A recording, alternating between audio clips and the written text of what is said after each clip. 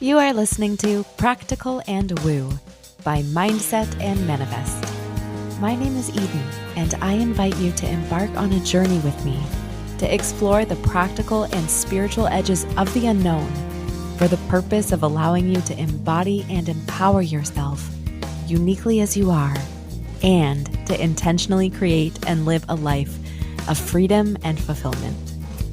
Each week, I'm going to discuss topics such as energetics, reality creation, manifestation, astrology, tarot, human design, and more to help empower you to live beyond perceived limitations and to practically design your life so it feels like absolute magic every step of the way. Let's dive in. Oh my goodness. I wanted to firstly say a huge thank you to you. Sincerely, thank you for listening to Practical and Woo so far. The feedback, the comments, the warmth, and generosity I have received for these first episodes of Practical and Woo has sparked so much joy and excitement in my whole body. If you're new here, hello. I'm Eden, your token advocate for the practicality of spiritual, energetic, and invisible things that have the potential to help you create a fulfilling life that you love. Now, over the last few weeks, we have begun to build the framework of intentional manifesting, starting off strong with the power of energetics, then highlighting a high level formula and mechanism of what it is you're doing when you're manifesting. And then we also laid the groundwork for sustainable manifesting and energy work through last week's episode on energetic integrity. Today, we are talking about intrusive thoughts and the misconception that you have to be positive 100% of the time when you're creating your reality. Before we dive in, it's important to understand that you are creating your reality every day, all day, whether you're aware of it or not. The experiences you're having in the world are a mirrored reflection of what's going on in your thoughts, your feelings, and your belief system. The reason for this phenomenon is still being largely explored in the fields of quantum science and quantum physics. And if you're interested, you are most definitely welcome to do some research on queries such as the 0 point field and quantum entanglement. But for the purpose of our episode today, I will not be attempting to explain these phenomena. So instead, I want to remind you that even if you don't know how the laws of physics, for example, the law of gravity, works, and if you do, that's super cool too.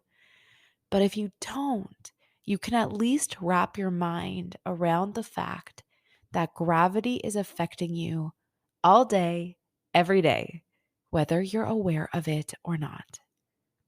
The same goes for the forces and universal laws that are responsible for you creating your reality.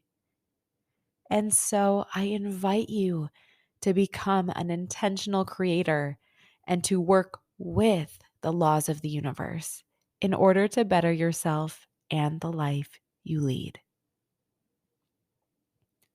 When most people learn that the experience of their reality is a direct reflection of their thoughts, their feelings, and their beliefs, they often become suddenly afraid that they are responsible for the cause of all of the painful things that have happened and will happen to them. This leads to a colorful concoction of guilt, shame, and fear. And so, most people, including myself when I was first starting to learn, try to force themselves to think positively all of the time. But they are trying to force themselves from a place of guilt, shame, and fear. And when we do this, we are also actively bypassing any and all painful feelings that bubble up in our bodies and in our experiences. I need to be clear here. Learning to intentionally create your reality does not mean that you need to be positive all of the time. In fact, you shouldn't and won't be positive all of the time. And that's okay. And now you might be wondering, but Eden, if I'm not positive all of the time and I'm the creator of my reality, and that means I'm responsible for the life I'm experiencing, then aren't I creating bad things in my life by having bad or negative thoughts? The answer is no. The reason? You create based on your beliefs, which are habituated feeling thoughts that you think so frequently that they become ingrained in you and largely ingrained in your subconscious mind. And I want to emphasize here habituated feeling thoughts. Thoughts that you think a lot and thoughts that invoke a strong feeling within you. Put in another way, these are also feeling thoughts for which you have collected evidence for in your life and your reality. They are not based on every individual thought that comes and pops into your mind. The great news about this is as you become an intentional creator of your reality and choose to begin to intentionally reprogram your thoughts by reconditioning your neural pathways, you will begin to notice your thoughts change. And you will begin to notice your experience of those thoughts change, which will eventually give rise to evidence in your life that you then choose to take in and absorb that support those intentional thoughts.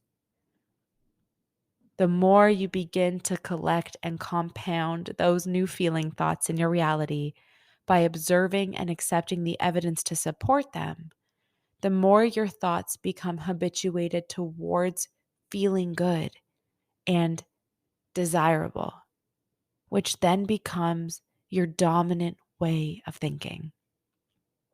And you don't have to force yourself to think this way. It's a natural byproduct of treating yourself with grace as you choose to live with confidence, gentleness, and intentionality. We are aiming for a long-term win here. We are playing the long game. Let's for a moment paint a mental image of the alternative. Let's look at the reactive choice that people often make by trying to avoid their bad feeling thoughts from a place of guilt, shame, or fear. So, you have a thought that your overzealous mind offers to you. It pops up while you're driving or procrastinating. And this thought might even be one that is super dark. That's still okay. Our minds go through great lengths to keep us safe. So you have this spontaneous and intrusive thought, and then you react to the thought. You think, oh no, I have to be positive. And you feel nervous because you're not listening to your mind. And so your mind gets louder and you start to feel really nervous that you're not being successful in changing your thoughts. And you start to feel afraid that you're ruining your reality. And there's another fear that then joins with the thought and then is added to your vibrational soup. And on top of it, in this scenario, you're so afraid of feeling your feelings that might impact your reality that you're actually shutting down your ability to feel anything at all. When you do not allow yourself to feel your fear, you are robbing yourself of your ability to feel your joy or your pleasure or your bliss or anything else. It is so important to feel all of your feelings. The goal here is not to get rid of negative or intrusive thoughts. You likely won't, and for good reason. The goal here is to reestablish your dominant way of thinking and to choose to feel the way that you desire to, while also offering yourself deep acceptance, unconditional love, and robust support along the way.